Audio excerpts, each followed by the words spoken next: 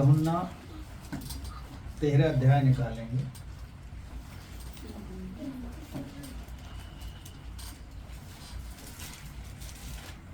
यूहन्ना 13 अध्याय और उसके 2 पद पढ़ने शुरू करेंगे।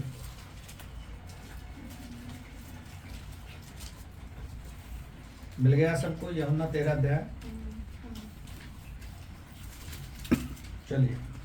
फसह के पर्व से पहले जब यीशु ने जान लिया कि वह घड़ी आ पहुंची है कि जगत छोड़कर पिता के पास जाऊं, तो वह अपने लोगों से जो जगत में थे जैसा प्रेम वह रखता था, अंत तक वैसा ही प्रेम रखता रहा।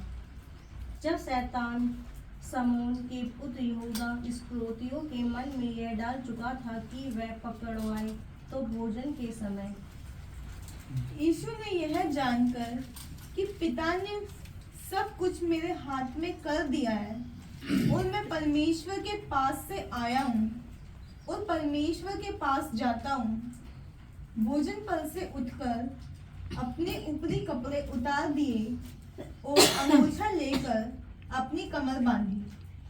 तब बर्तन में पानी भरकर चेलों के पांव धोने और जिस अंगोछे से उसकी कमर बंधी थी उसी से पोंछने लगा। जब वह शामौन पतरस के पास आया तब पतरस ने उससे कहा, हे प्रभु, क्या तू मेरे पांव धोता है?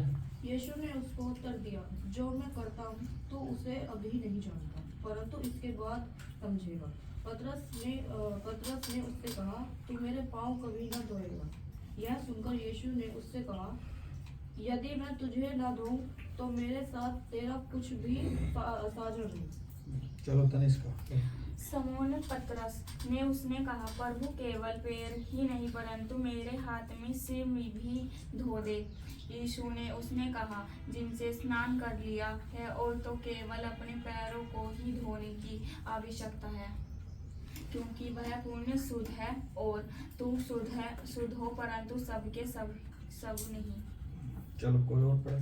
वह तो अपने पकड़वाने वाले को जानता था, इसीलिए उसने कहा, तुम सब के सब शुद्ध नहीं। जब वह उनके पांव धो चुका और अपने कपड़े पहनकर फिर बैठ गया, तो उनसे कहने लगा, क्या तुम समझे कि मैंने तुम्हारे साथ क्या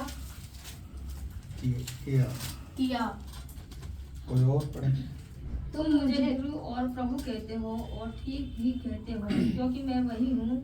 यदि मैंने प्रभु और गुरु होकर तुम्हारे बीच धोए तो तुम्हारे पाँव धोए, तो तुम्हें भी एक दूसरे के पाँव धोने चाहिए।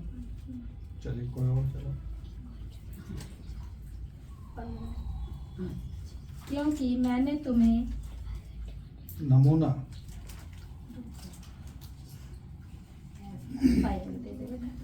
दिखा दिया है कि जैसे मैंने तुम्हारे साथ किया था तुम भी वैसे ही किया करो। मैं तुमसे सच कहता हूँ कि दास अपने स्वामी से बड़ा नहीं और ना भोज हुआ अपने भेजने वाले से। चलिए। इस बात से जानते हो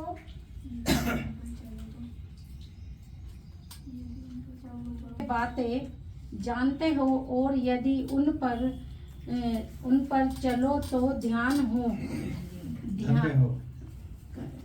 धन्य हो।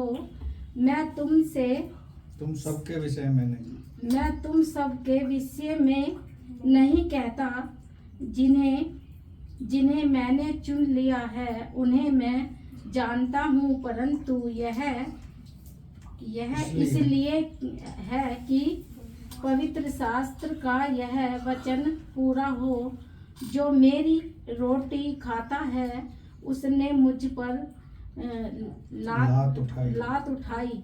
बस चलो कोई और। अब मैं उसके होने से पहले तुम्हें जताई देता हूँ कि जब यह हो जाए तो तुम विश्वास करो कि मैं वही हूँ।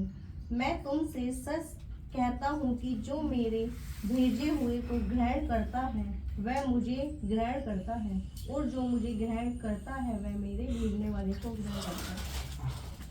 आइए आंखें बंद करेंगे, प्रार्थना करेंगे। धन्यवाद हो प्यारे पिता आज के इस सुंदर समय के लिए, इन गवाहियों के लिए कि प्रभु आप हर पल हर क्षण हमारे साथ रहते हैं, हमारे जीवन में बड़े बड़े आश्चर्य कर्म करते हैं और आपका धन्यवाद करते हैं। इन किए हुए आश्चर्य कर्मों के लिए, हर एक पल आप हमारे साथ रहने के लिए, आपका अनुग्रह और दया के लिए धन्यवाद करते हैं प्रभु। इस वचन को सीखने जा रहे हैं प्रभु, हम धन्यवाद करते हैं कि आपका पवित्र आत्मा हमारी सिखाने में मदद करे और जितने भाई बहन बैठे हैं इनको हृदय को खोल प्रभु, बुद्धि और समझ को खोल और प्रार्थना के द्वारा अनुग्रह कर कि प्रभु ये तेरे वचन को सीखें, समझें और ये वचन इनके हृदय रूपी पट्टिका पर लिखा जाए, ताकि इस वचन को सुनकर ये तेरी महिमा करें, खुद बचे हैं औरों को बचाने वाले बन सके प्रभु। तो अनुग्रह कर, सहायता कर प्रभु, सीखने सिखाने में तेरा पवित्र आत्मा ही हमारे मध्य में है और सहायता कर रहा है। धन्यवाद करते हैं प्रभु। एक बार फिर से जितने यहाँ बैठे हैं सबको तेरी उपस्थिति में, तेरी अधीनता में देते हुए प्रभु अपने आप को तेरे हाथों में सौंपता हूं। इन गवाहियों के लिए धन्यवाद करते हैं, अब तक संभाला है, आगे भी आप ही संभालेंगे। वचन को सीखने के लिए तेरा आत्मा हमारा सहायक हो। प्रार्थना सुना है, धन्यवाद हो। यीशु के नाम से मांगते हैं, आमीन। प्रभु का धन्यवाद हो, आपने इस कहानी को सबने सुन लिया। ये चेलों के पैर धोने का अचानक यीशु मसीह के मन में क्यों आया? क्योंकि वो तो भोजन कर रहे थे और भोजन करने के तुरंत बाद अचानक परमेश्वर के मन में ऐसे आया, कह रहा है कि जहां से मैं आया हूं पिता के पास से और पिता के पास जा रहा हूं। और उसने हर काम को करके दिखाया। संसार में जितने उसके फॉलोवर हैं, जो उस पर विश्वास करते हैं, जो उसके लहू के खरीदे हुए हैं, उनको उसने करके दिखाया और कहा कि यदि मैं तुम्हारे पैर ना धोऊं तो मेरा तुम्हारे साथ कोई साझा नहीं है। लेकिन आज के हम समय में देख रहे हैं कि जैसा प्रेम यीशु मसीह ने हमसे रखा, अपने लोगों से रखा और इस संसार से रखा और संसार के लिए अपने आप को दे दिया, ऐसा प्रेम आपके और हमारे अंदर नहीं पाया जाता। यूहन्ना 3 अध्याय को जब आप पढ़ेंगे तो उसके 15 और 16 पद में लिखा है, जितनों ने उसे ग्रहण किया है उसने उनको परमेश्वर की संतान होने का भी अधिकार दिया है और अनंत जीवन के लिए उन्हें बुलाया है और अपने इकलौते पुत्र को हमारे और आपके लिए दिया है, ताकि जो कोई उस पर विश्वास करेगा वह नाश नहीं होगा परंतु अनंत जीवन पाएगा। अब संसार के लोग सोचते हैं कि अनंत जीवन क्या है, लेकिन संसार के लोगों के लिए तो बहुत सारा योनियों में बदलकर मनुष्य क्या से क्या बन जाता है। लेकिन परमेश्वर का वचन कहता है, पवित्र शास्त्र, कि मनुष्य का एक बार जन्म लेना और मरना तय है, उसके बाद उसका न्याय होगा कि उसने अपने जीवन में क्या क्या काम किए हैं, परमेश्वर ने जो उसे जीवन दिया उस जीवन में उसने क्या किया, उसका लेखा वो हर एक से, चाहे वो परमेश्वर को मानता है या नहीं मानता है। जो नहीं मानता है उनको ज्यादा सजा मिलेगी, और जो जान लिया है और वो जान के उसके पीछे नहीं चल रहा है वो भी दंड के भागी होंगे। आज हम देखते हैं संसार में रह रहे हैं, हम अपने परिवार का ही उदाहरण देखते हैं। जब परिवार में हमारा कोई प्रियजन बीमार हो जाए या परेशानी में पड़ जाए तो हम कितने दुखी हो जाते हैं। लेकिन क्या हम उसकी चिंता करते हैं इसलिए दुखी हैं या उससे प्रेम रखते हैं इसलिए दुखी हैं? यहाँ यीशु मसीह का उदाहरण हम देखते हैं। यीशु मसीह उनसे कहता है, मैं तुमसे प्रेम रखता हूं, तुम भी एक दूसरे से ऐसा ही प्रेम रखना। आज प्रेम नष्ट होता जा रहा है। लोगों ने तरह तरह की अफवाह फैलाकर प्रेम को संसार में से दूर कर दिया है। क्या ये लोगों की अपनी बुद्धि है? जैसा परमेश्वर ने कहा था वैसा हो रहा है। आप पौलुस प्रेरित की लिखी हुई पत्रियों को पढ़ेंगे, उसने कहा अंत के समय में प्रेम नष्ट हो जाएगा, लोग एक दूसरे से प्रेम करना छोड़ देंगे। वैसा हो रहा है क्योंकि परमेश्वर के राज्य में ज्यादा लोग नहीं घुस पाएंगे, क्योंकि लोगों को संसार की वस्तुओं से प्रेम है। पहला यूहन्ना जब आप पढ़ोगे वहां साफ लिखा है, तुम संसार में की वस्तुओं से प्रेम ना रखना, क्योंकि संसार की जो आज वस्तुएं हैं वो मनुष्य को डिस्ट्रैक्ट कर रही हैं, और इतना डिस्ट्रैक्ट कर रही हैं कि मनुष्य को नहीं पता, उसके अंदर इतनी कैपेसिटी नहीं कि वो सोच पाए कि वो किस मार्ग पे चल रहा है। कुछ को पता है कि मैं गलत मार्ग पकड़ लिया, लेकिन फिर भी जीवन की रेस को दौड़ रहा है। चलिए परमेश्वर के वचन की ओर चलेंगे और पढ़ेंगे पहला और दूसरा पद क्या कहता है। फसह के पर्व से पहले जब यीशु ने जान लिया कि मेरी वह घड़ी आ पहुंची है कि जगत छोड़कर पिता के पास जाऊं। हाँ, यीशु मसीह ने ये जान लिया। कैसे जाना? आत्मा में वो उसने जान लिया, क्योंकि वो आत्मिक रूप से परमेश्वर से जुड़ा रहता था। आत्मिक रूप से वो जुड़ा था, इसलिए उसने अपने आत्मा में जान लिया कि अब मेरा वो समय आ गया है कि मैं संसार को छोड़कर जाऊंगा। क्या चेले क्यों नहीं जान पाए? चेलों को तो लेकर ही गया था वो गतसमनी के बाग में कि प्रार्थना करें कि अब समय आ रहा है निकट। फसह के पर्व में जाने से पहले वो चेलों को सारी चीजें समझा रहा। आगे पढ़ेंगे। तो अपने लोगों से जो जगत में थे जैसा प्रेम वह रखता था, अंत तक वैसा ही प्रेम रखता रहा। हाँ, चेलों से जैसा उसने प्रेम शुरू में रखा बुलाने के समय, अंत तक उसके प्रेम में कोई कमी नहीं आई। उसने लगातार कंटिन्यूसली एक सा प्रेम बनाए रखा। क्या आप और हम अपने परिवार में, अपनी कलीसिया में, अपने लोगों में ऐसा प्रेम बनाकर रखते हैं? मसीह प्रेम हमारे अंदर है या एक दूसरे से मुख मोड़कर निकल जाने वाला प्रेम है? मैं बहुत से लोगों को देखता हूं, लोग मुंह को घुमा के निकल जाते हैं, जबकि वो यहाँ बैठकर गए हैं, वचन को सुनकर गए हैं। क्या परमेश्वर न्याय के समय में उसे पहचानेगा? नहीं, जरूर पहचान लेगा। इसलिए वो कहकर गया कि जैसा मैंने तुमसे अंत समय तक प्रेम रखा है, तुम भी एक दूसरे से प्रेम रखो। आगे बढ़ें। तब शैतान समोन के पुत्र यहूदा इस्करियोती के मन में यह डाल चुका था कि उसे पकड़वाए। तो भोजन के समय यीशु ने यह जानकर कि पिता ने सब कुछ मेरे हाथ में कर दिया है और मैं परमेश्वर के पास से आया हूँ और परमेश्वर के पास जाता हूँ। हाँ, परमेश्वर के पास से आया हूँ और परमेश्वर के पास जाता हूँ। परमेश्वर के पुत्र यीशु ने आत्मा में जान लिया कि शैतान इसके मन में डाल चुका है कि यहूदा इस्करियोती जो है वो उसे पकड़वाएगा, वो उसे पकड़वाएगा। वो जानते हुए भी फिर भी प्रेम रखता रहा। आज देखते हैं लोगों में, कलीसियाओं में, भाई बहनों में कि यदि वो किसी एक दूसरे से कहासुनी हो जाए तो वो उससे प्रेम तो छोड़ो, बात ही नहीं करते, क्योंकि उनका मन अलग हो जाता है। लेकिन यीशु मसीह स्वयं जानता था कि यहूदा इस्करियोती मुझको पकड़वाएगा। शैतान इसके मन को बदल चुका है, मेरे प्रति कठोर कर चुका है। वो सारे प्रेम को यहूदा इस्करियोती भुलाकर वो शैतान के हवाले हो गया। क्या ये एक योजना का हिस्सा था? बहुत से लोग जब नए संसार के लोगों को आप सुसमाचार सुनाते हो, वो मिलते हैं, वो बात करते हैं कि जो अपने आप को नहीं बचा सका वो हमें अनंत जीवन कैसे दे सकता है।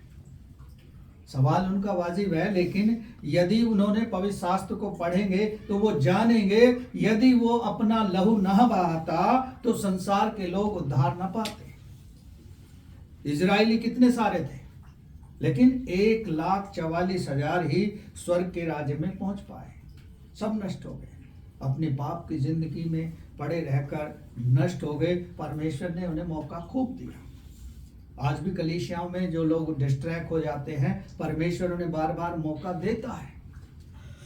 लेकिन वो अपनी बुद्धि पर, जो संसार की दी हुई है, तो परमेश्वर की दी हुई बुद्धि कभी ऐसा तर्क नहीं करेगी जैसा वो लोग करते हैं। इसलिए परमेश्वर का वचन कहता है, परमेश्वर ने जो है संसार के मूर्खों को चुना है ताकि ज्ञानवानों को लज्जित कर सके। लेकिन वो संसार का ज्ञान लेकर सोचते हैं कि हमसे बड़ा कोई ज्ञानी नहीं है। होशे की पुस्तक आप 6 अध्याय को पढ़ोगे, लिखा है कि आओ हम ज्ञान को ढूंढें। ज्ञान कहाँ मिलेगा? प्रकाश कहाँ मिलेगा? क्या हम अंधकार में चल रहे हैं?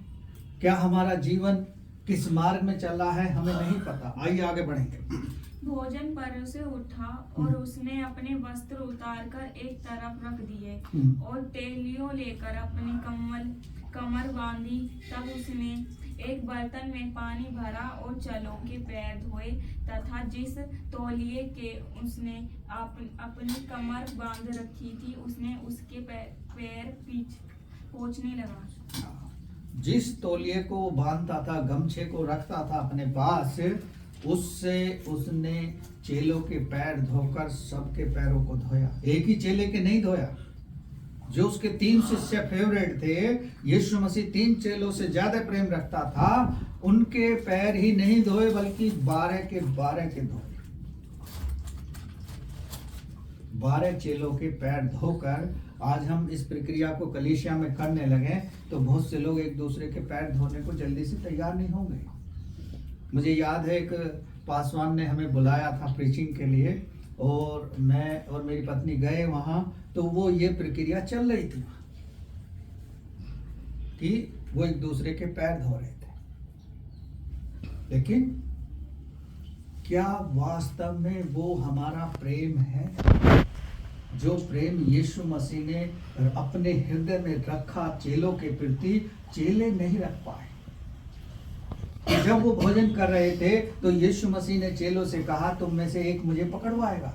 वो सब रुक गए, खाते खाते रुक गए और वो सोचने लगे कि ये किस चेले की बात कर रहा है। एक दूसरे को मुंह को देखने लगे कि शायद कौन है वो हम में से। लेकिन यीशु मसीह ने संकेत दिया था, जिसको मैं अपने हाथ से निवाला खिलाऊंगा झुककर, उसको वही है जो पकड़वाएगा। चलिए आगे बढ़ेंगे। जब वह शमौन पतरस के पास आया तब पतरस ने उससे कहा, हे प्रभु, क्या तू मेरे पांव धोता है? यीशु ने उसको उत्तर दिया, जो मैं करता हूँ तू उसे अभी नहीं जानता। यहाँ पतरस के सिवा किसी और चेले ने सवाल क्यों नहीं किया? यूहन्ना था, शमौन था और चेले थे, उन्होंने कोई सवाल नहीं किया। लेकिन पतरस जो था बहुत सवाल जवाब करता था। यीशु मसीह के साथ रहकर बहुत सारे सवाल भी करता था, उनके जवाब मांगता था। और यहाँ भी उसने कहा कि प्रभु तू पैर धो रहा है, लेकिन तू मेरे पैर मत धोना, और ना तू कभी धोने पाएगा। लेकिन यीशु मसीह कह रहा है, जो मैं कर रहा हूं तो उसे नहीं समझ रहा, क्योंकि जो पतरस था वो भी इतना आत्मिक नहीं था कि यीशु मसीह की बातों को आत्मा में समझ सकता। आत्मा प्रकट करता है। मान लिया यहाँ इतने सारे लोग बैठे हैं, तो यदि परमेश्वर किसी के विषय में कोई योजना रखता है तो आत्मा में प्रकट कर देगा कि इसको ऐसे बुला दे। मुझे याद है मुरादाबाद में एक मीटिंग हम कंडक्ट कर रहे थे, तो 150-200 लोगों के बीच में परमेश्वर ने अपने दास पर प्रकट किया। एक व्यक्ति का नाम लेकर उसने खड़ा कर दिया। वो हमारी ही कलीसिया का था, लेकिन जब से उसका नाम पुकारा, जब से परमेश्वर ने उसे जिम्मेदारी सौंपी, वो पता नहीं कहाँ है। वो योना की तरह नींद में ना जाके वो तरसीस को भाग रहा है, भाग ही रहा है। और उसकी इच्छा है जब वो कभी मुझे मिलता है मैं उससे बात करता हूँ, लेकिन वो जॉब की ही बात करता है कि मैं यूपी पुलिस में या किसी भी फोर्स में मैं शामिल हो जाऊँ और तब जाके मैं सेवा करा। लेकिन एक बात सोचने की है, क्या हम आर्मी में जाके या पुलिस में जाकर हम सेवा कर सकते हैं? पुलिस तो आज की आप देख रहे हैं कैसी है। क्या ऐसी चीजों को परमेश्वर पसंद करता है? परमेश्वर ने जब अपने दास पर प्रकट किया तो परमेश्वर ने उसके लिए एक योजना रखी है, लेकिन वो उस योजना को नहीं समझ रहा। जैसे योना नहीं समझा था कि नीनवे जा और तू प्रचार कर, जो लोग पापी हैं वो मन फिरा ले। परमेश्वर उन्हें बचाना चाहता था, उसके द्वारा भी किसी को बचाना चाहता है, लेकिन वो शायद देर से समझेगा जैसे योना देर से समझा। आइए वापस आ जाएंगे और आगे पढ़ेंगे। पतरस ने उनसे कहा, तू मेरे पैर कभी ना धोने पाएगा। यीशु ने उसको उत्तर दिया, यदि मैं तुझे ना धोऊंगा तो मेरे साथ तेरे कुछ भी साझा नहीं। समून पतरस ने उनसे कहा, प्रभु केवल पैर ही नहीं परंतु मेरे हाथ और सिर भी धो दे। यहाँ समौन पतरस बहुत जल्दी समझ गया। कहाँ तो वो समझ नहीं रहा था कि तू मेरे पैर ना धोने पाएगा, लेकिन जब उसने उसको सिखाया और उसने कहा कि तू मुझे पूरे को धो दे, कितनी जल्दी आत्मा में उसने पहचान लिया। क्योंकि जब तक हम वचन की गहराई में नहीं जाएंगे, वचन को सीखेंगे नहीं, गूढ़ बातें गूढ़ रहस्य कैसे प्रकट करेगा। यिर्मयाह 33 अध्याय के 3 पद में लिखा है, तू मुझसे प्रार्थना कर तो मैं तुझे बताऊंगा जो गूढ़ और कठिन बातें हैं परमेश्वर के वचन में लिखी है। परमेश्वर हमें बताएगा, वो सबको बताने के लिए तैयार है, क्योंकि उसने सबको चुना है और जिसको चुना है उसको वो जानता है। क्योंकि यशायाह 43 अध्याय में लिखा है कि उसने हमें नाम लेकर बुलाया है। ऐसे ही नहीं आकर बैठ गए हैं, वो नाम लेकर बुलाकर चुनकर हमें सेलेक्ट किया है। हालेलुया। चलिए आगे बढ़ें। यीशु ने उससे कहा, जो नहा चुका है उसे पाँव के सिवाय और कुछ धोने की आवश्यकता नहीं, परंतु वह बिल्कुल शुद्ध है। और तुम शुद्ध हो, परंतु सब के सब नहीं। हाँ, सब के सब नहीं। 12 चेले थे, 12 के 12 में से एक को ने अशुद्ध ठहराया था और वो था यहूदा इस्करियोती, क्योंकि उसके मन में शैतान ने वो चीज डाल दी थी। वो भी एक परमेश्वर की योजना का हिस्सा था। यदि शैतान उसके मन में ना डालता तो कौन क्रूस पर चढ़वाता यीशु? कोई यीशु को क्रूस पर चढ़ाने के लिए यीशु मसीह ने कोई गुनाह नहीं किया था। आज भी हम देख रहे हैं परमेश्वर के लोगों को कोई सबूत नहीं, कोई कुछ नहीं, फिर भी लोग आरोप लगाते हैं, प्रत्यारोप लगाते हैं और उनको जेलों में डाल देते हैं। और जेल में जब मजिस्ट्रेट के सामने वो पेश होते हैं तो कुछ भी नहीं होता। लेकिन क्योंकि ताकत ऐसे लोगों के हाथ में पहुंच गई है जिनको बिल्कुल भी अकल नहीं है, और अकल नहीं है तब ऐसा काम कर रहे हैं। हाँ, उनकी अकल किस चीजों में चलती है? क्राइम के कामों में। लेकिन परमेश्वर ने संसार के लोगों को यह दिखाया कि मेरा प्रेम अंत तक एक सा है, लेकिन संसार के लोगों में प्रेम नहीं है। आज मुंह देखा न्याय हो रहा है, मुंह देखा प्रेम करते हैं और सच्चाई का और समर्पण का जीवन किसी का नहीं है। आगे बढ़ेंगे। वह तो उसे जानता था जो उसे छल से पकड़वाने पर तथा, और उसी कारण उसने कहा, तुम सब के सब शुद्ध नहीं। हाँ, उसी कारण से कहा था, क्योंकि यहूदा इस्करियोती वैसे तो शुद्ध हो चुका था, लेकिन क्योंकि शैतान ने उसके मन को हटीला कर दिया, उसके मन में समा गया और उसने यहूदा ने सोच लिया कि मैं इसको पकड़वा दूंगा, क्योंकि वो सदूकी फरीसियों के टच में रहता था। आगे बढ़ेंगे। जब वह उनके पांव धो चुका और अपने कपड़े पहनकर फिर बैठ गया तो उनसे कहने लगा, क्या तुम समझे कि मैंने तुम्हारे साथ क्या किया? तुम मुझे गुरु और प्रभु कहते हो और ठीक ही कहते हो, क्योंकि मैं वही हूँ। यदि मैंने प्रभु और गुरु होकर तुम्हारे पांव धोए तो तुम्हें भी एक दूसरे के पांव धोना चाहिए। हाँ, तुम्हें भी एक दूसरे के पैरों को धोना चाहिए। जब गुरु होकर, शिक्षक होकर उसने ऐसा किया है तो एक हमें एग्जाम्पल दिया है कि हमें भी ऐसा ही प्रेम एक दूसरे से रखना चाहिए जैसा यीशु मसीह आपसे और हमसे रखता रहा। और आज भी रखता है। जब हम उसे पुकारते हैं, चाहे परेशानी में हो, कठिनाई में हो, दुख में हो, विपत्ति में हो, तब वो हमारी सुनता है। वचन में लिखा है भजन संहिता में, तू संकट के समय में मुझे पुकार, मैं तुझे छुड़ाऊंगा और तू मेरी महिमा करने पाएगा। कोई संकट ऐसा नहीं है जिसमें हम परमेश्वर को पुकार रहे हैं, आंसू बहाकर चिल्ला रहे हैं और उससे मांग रहे हैं और वो ना दे। ऐसा हो नहीं सकता। जब संसारिक माता पिता अपने बच्चे को रोटी मांगने पर पत्थर नहीं देते या कुछ मछली मांगने पर सांप नहीं देते, तो स्वर्गीय पिता जो सबको जानता है, मनों का और हृदय का जांचने वाला है, वो हमें अच्छी वस्तुएं क्यों ना देगा। आगे बढ़ें। क्योंकि मैंने तुम्हें नमूना दिखा दिया है कि जैसा मैंने तुम्हारे साथ किया है तुम भी वैसा ही किया करो। हाँ, ये कहकर गया यीशु मसीह, लेकिन लोग नहीं करते। एक चीज और कह के गया यीशु मसीह, जो हम लॉर्ड सफर में शामिल होते हैं, मेरे स्मरण के लिए ये किया करो। और यहाँ भी कह रहा है, मैंने तुम्हें नमूना दिया है, एक दूसरे के पैर तुम भी धोया करो। क्या हम धोते हैं? नहीं धोते। छोटे भाई बहनों में देख लो कि मेरे पैर धो देगा, वो कहेगा तेरे बाप के नौकर हो क्या? वो अपने बाप को ही भूल जाएगा। वो सीधा यही कहेगा तेरा नौकर हो या तेरे बाप का नौकर हो, क्योंकि वो उसका क्रोध इतना बढ़ जाएगा कि इसने छोटी बात मुझसे कह कैसे दी, क्योंकि वो प्रेम उसके अंदर नहीं है। इसलिए यीशु मसीह जब प्रेम रखता था तो लोगों के हृदय में उसकी बात सुनाई देती थी।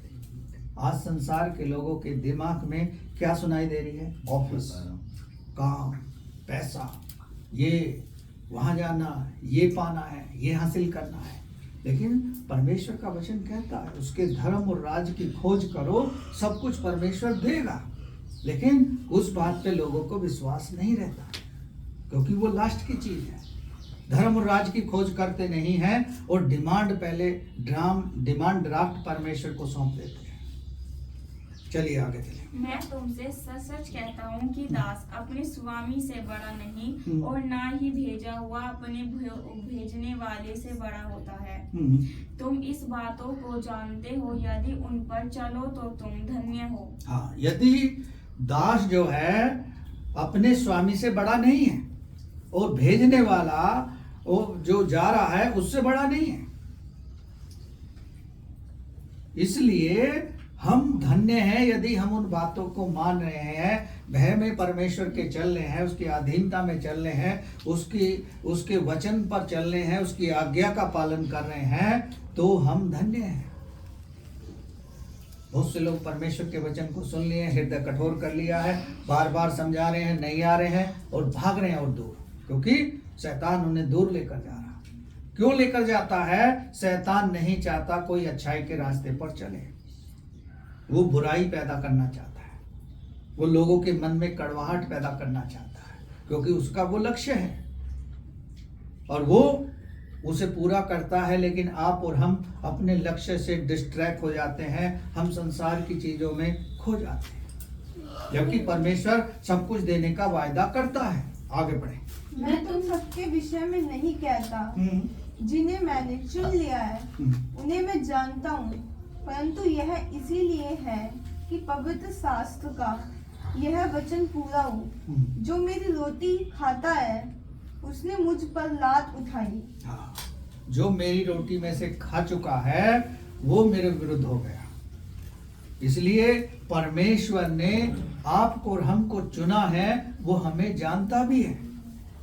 जब अंतिम समय आएगा, परमेश्वर का पुत्र आने वाला है, स्वर्ग का राज वो देगा, तो जैसे हम यहाँ एक दूसरे को जानते हैं वहां भी एक दूसरे को जानेंगे। लेकिन क्या हम उस समय वो जुदाई बर्दाश्त कर पाएंगे कि ये मेरे परिवार का है, इसको नरक में डालने की आज्ञा परमेश्वर ने दे दी है? क्योंकि परमेश्वर के हाथ में है सब कुछ, मनुष्य के हाथ में है अपना जीवन, अपने आप को परमेश्वर के लिए तैयार करना। लेकिन क्या हम तैयार कर रहे हैं? वचन पढ़ रहे हैं, प्रार्थना कर रहे हैं, संगति कर रहे हैं, परमेश्वर के भय में चल रहे हैं? यदि हम नहीं कर रहे हैं तो परमेश्वर हमको छोड़ेगा नहीं। आगे बढ़ेंगे। इसके होने से पहले तुम्हें अभी बता रहा हूँ, जिससे कि जब यह पूरा हो जाए तो तुम विश्वास करो कि मैं वही हूँ। मैं तुमसे सच सच कहता हूँ कि जो मेरे हुए को ग्रहण करता है वह मुझे ग्रहण करता है, और जो मुझे ग्रहण करता है वह मेरे भेजने वाले को ग्रहण करता है। हाँ, जो मेरे भेजे हुए को ग्रहण करता है, यानी कोई प्रभु का सेवक जा रहा है कहीं, वो प्रभु ने उसे भेजा है, और यदि वो उसे ग्रहण नहीं कर रहा है तो वो परमेश्वर को भी ग्रहण नहीं कर रहा है।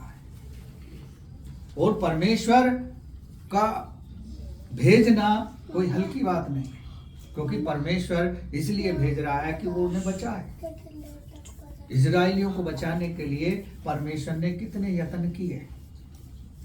उन्हें गुलामी से निकाल कर लेकर आया, वो गिड़गिड़ा रहे थे, चिल्ला रहे थे, बोझ से दबे थे, लेकिन परमेश्वर ने उन्हें निकालने का निर्णय किया, अपने दास मूसा को भेजा और वो निकाल लाया। लेकिन क्या वो लोग हमेशा परमेश्वर के अधीन रहे? निकल आए, रास्ते में थे तो भी मूसा पर कुड़कुड़ाते थे, डिमांड मांगते थे कि हमें ये चाहिए खाने को और ये पीने को चाहिए। क्या परमेश्वर उनसे तंग आ चुका था? आज भी लोग क्या है, परमेश्वर के निकट नहीं आना चाह रहे। परमेश्वर से मांगते तो हैं कि प्रभु हमें ये दे दे, लेकिन परमेश्वर की इच्छा क्या है उसे नहीं जानते। परमेश्वर की इच्छा क्या है उसे हमें जानना है। आप ये सोच के मांगो, परमेश्वर आपको बिना मांगे देगा। विश्वास रखो, धैर्य रखो। आप परमेश्वर पर भरोसा रखोगे तो जो आप चाहते हो परमेश्वर वो आपके लिए करेगा, क्योंकि उसका वायदा है। भजन संहिता 37 आप पढ़ लेना जाकर घर पर। लिखा है, चुपचाप रह, यहोवा पर आसरा रख, वह तेरे मनोरथों को पूरा करेगा। हम मन में इच्छा रखते हैं कि मेरा बेटा, मेरी बेटी ये बन जाए, वो बन जाए, ये कर ले, वो कर ले। उस इच्छा को परमेश्वर पूरी करेगा, लेकिन केवल डर में, भय में, उसकी आज्ञाओं में, उसकी अधीनता में चलते रहो। और जैसा प्रेम उसने हमसे रखा, एक दूसरे से उस प्रेम को लगातार बनाए रखो। प्रेम ठंडा ना पड़ने पाए, क्योंकि यीशु मसीह ने हमें और आपको लहू बहाकर, दाम देकर खरीदा है। हम उसके बच्चे हैं। वो हमारी देखभाल कर सकता है, वो हमें खिला सकता है, वो हमें चला सकता है, वो हमें रोगों से छुड़ा सकता है, वो मार्ग में कठिनाइयों को दूर कर सकता है। उसके लिए कोई काम कठिन नहीं है। इसलिए हम धैर्य रखें, भरोसा रखें। जैसा उसने चेलों को नमूना दिया, हम भी एक दूसरे के साथ करें। Hallelujah, hallelujah.